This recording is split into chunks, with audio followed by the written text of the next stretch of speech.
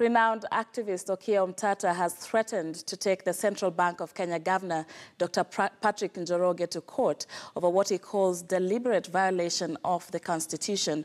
Omtatah says the CBK governor is illegally and deliberately keeping the portrait of the late President Jomo Kenyatta on Kenyan currency long after the deadline passed for having new images depicted on the currency. Our senior political affairs reporter Duncan Khaemba now reports.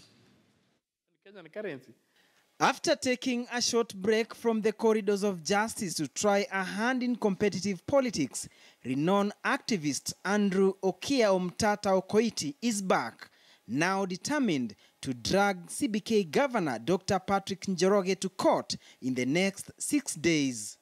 Omtatah has written a one-page memo to the CBK governor over what he calls CBK's deliberate violation of the Constitution by citing Article 234, Section 4, which decrees that notes and coins issued by the Central Bank of Kenya may bear images that depict or symbolize Kenya or any other aspect of Kenya, but shall not bear the portrait of any individual.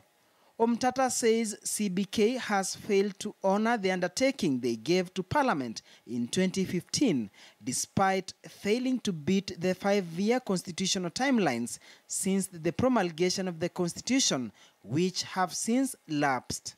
They undertook that by September this year, they would have implemented that.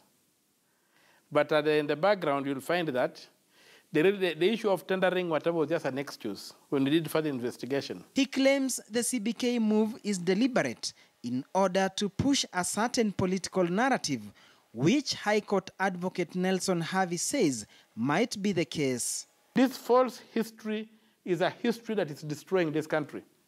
And that's why we are saying that the issue of having Jomo Kenyatta on Kenyan currency is a major violation of the Constitution of this country, is a major insult on the history of this country. I would not mind if Jomo Kenyatta was on the money and Arab Moi was on the money, and they were saying that we are having problems procuring and whatever.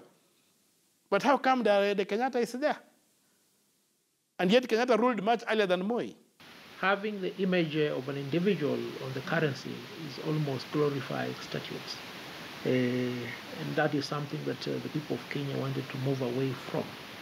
And to the extent that that mobility has not been actualized, it seems to indicate that either somebody is intent on ensuring that an individual's figure, an individual's image will always appear in the currency, for whatever reason we do not understand. According to Omtatah, the Central Bank of Kenya is deliberately defeating the constitutional requirement by backdating new currency notes and coins it issues to 16th July 2010. They are backdating this money to 16th of July 2010. But they are printing new money every year. So what kind of procurement is that? Is that fraudulent procurement?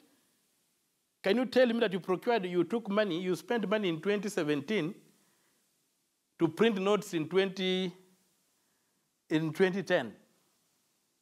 So that narrative is what we want to deal with. And even if that's what they insist, then they should produce the books, the authoritative and expenditure, and let us know how much they have spent on printing currency, pretending they were printing currency in the year 2010. The probability that they were printed much later after the promulgation of the Constitution and backdated is very high.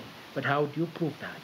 It's only the LaRue and Central Bank of Kenya that have the evidence that may be used to indicate any such a bank. However, withdrawal of the currency might have an effect on the economy as a consequence of failure by CBK to implement the constitutional directive progressively within the already lapsed 5-year window that had been given. If there was to be a directive from the court that all the monies be returned for replacement, then there will be a big interference with liquidity and cash flow, and that will impact heavily on the economy.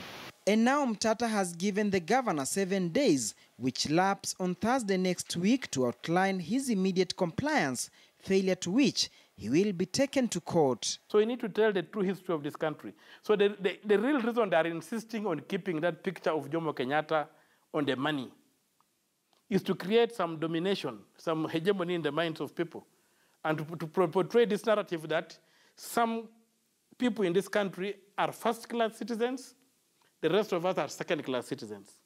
So I said, now when September comes, and these people don't do it, as they undertook before Parliament, then they must be taken to court.